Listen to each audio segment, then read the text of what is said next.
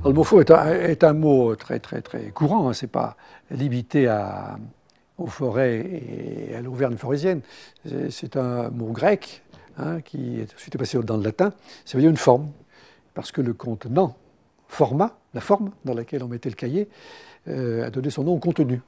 Donc ce n'est pas un mot très original, hein, puisqu'on trouve des formes partout. On dit forme du Cantal, forme de Montbrison, c'est le même mot. Alors, il y a une différence entre la forme d'Ambert et la forme de Montbrison, selon les appellations actuelles. La forme d'Ambert, si je ne me trompe pas, salée à l'extérieur. La forme de Montbrison est salée à l'intérieur. Je crois que c'est une pratique récente, et pour ce que j'ai entendu dire par des plus anciens, c'est que la forme d'Ambert, la forme du côté auvergnat, était fabriquée de la même façon que la forme du côté forésien. Alors, les premières sources concernant la montagne forésienne sont du début du XIIIe siècle. On a un texte qui est une donation par Guy III à l'abbé Nisson-Dieu, l'abbé Nisson-Dieu, la montagne de Garnier. Alors à cette époque, il est question, déjà, dans le texte, de vaches, de bétail, de gros et petits bétail. Que fait-on dans ces cas? On ne le sait pas, on ne saurait pas dire si on y fait de la fourme. En tout cas, l'exploitation pastorale est déjà bien installée dès ce début du XIIIe siècle. Un autre texte, 1333, si je me souviens bien, donc un bon siècle plus tard, apparaît le terme jacéré, qui donne jasserie, endroit où les bêtes se reposent, s'arrêtent. En forésien, pour ceux qui connaissent un peu le forêt, faire son jas, c'est faire son trou. Et puis au cours des siècles qui suivent, on a des confirmations, puisqu'on a encore des actes qui permettent de dire et comprendre que la montagne est exploitée d'une certaine manière.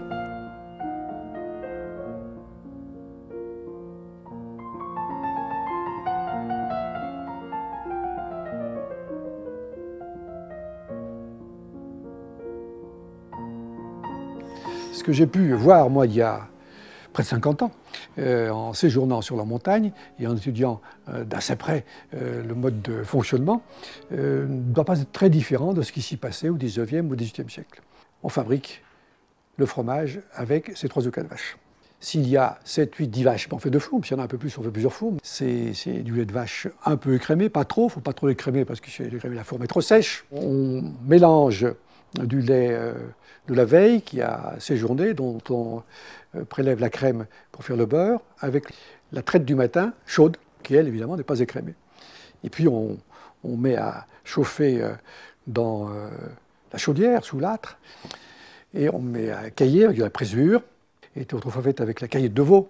Et puis lorsque c'est caillé, eh bien on passe l'affrognet pour briser le caillé, qu'on va accrocher après avec une palette qui a plusieurs noms, les temeaux, etc. On va laisser un moment, on verse ça sur la selle à fromagère. Une selle, c'est une chaise, parce que c'est la même forme qu'une chaise à trépied, avec un écoulement. Et puis, petit à petit, on va le mettre dans les faisselles, en introduisant le sel, pour ce qui est de la fourme de Montbrison, à l'intérieur, en bourrant avec le poing. Et puis cette fourme est mise dans des faisselles, elle est mise à sécher, à égoutter pendant quelques jours dans la jasserie elle-même, dans des chenaux au-dessus des vaches, où elles prennent sûrement beaucoup de microbes, mais aussi beaucoup de goût.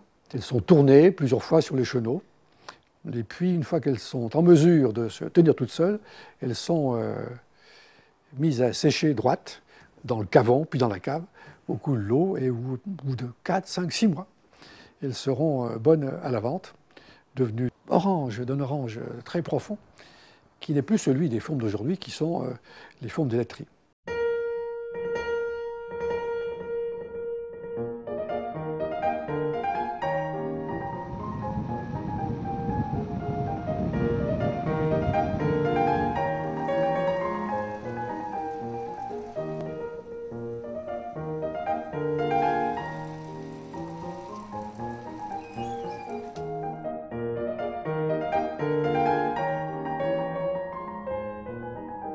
Le lait qui est collecté du pis de la vache est stocké dans des tanks réfrigérés. Il est collecté chez des producteurs qui sont dans la zone d'appellation d'origine. Il est stocké à 4 degrés et tous les 2 jours, notre amasseur le collecte et ensuite on le prépare en vue de sa fabrication. C'est vrai que la fourme de Montbrison, c'est un produit traditionnel. Si vous voulez, elle a une particularité, c'est qu'elle subit un égouttage en sale chenot.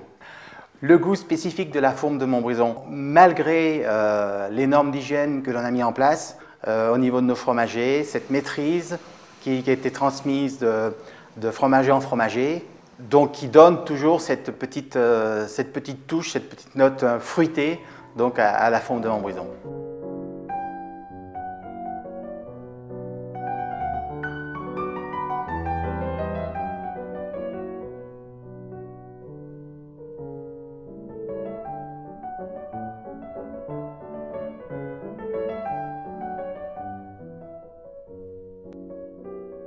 Donc sur le site de Sauvin, nous allons réceptionner le lait que nous collectons tous les 2 jours chez nos producteurs.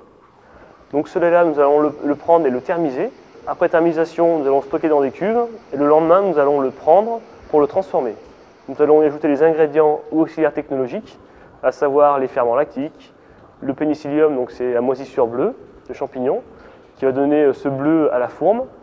Nous allons également ajouter de la présure. Donc la présure, c'est ce qui permet de passer d'un lait liquide à un lait caillé. Donc le caillé, c'est du lait qui est devenu un peu gélifié. De là, après, nous allons faire du travail en cuve, c'est-à-dire nous allons décailler le caillé pour donner après des petits grains de la taille d'un grain de lait. Nous allons brasser également et alterner des temps de repos, des temps de brassage. Quand nous aurons eu le caillé souhaité, nous allons soutirer ce caillé, c'est-à-dire qu'il va descendre par gravité dans un bac de pré-égouttage.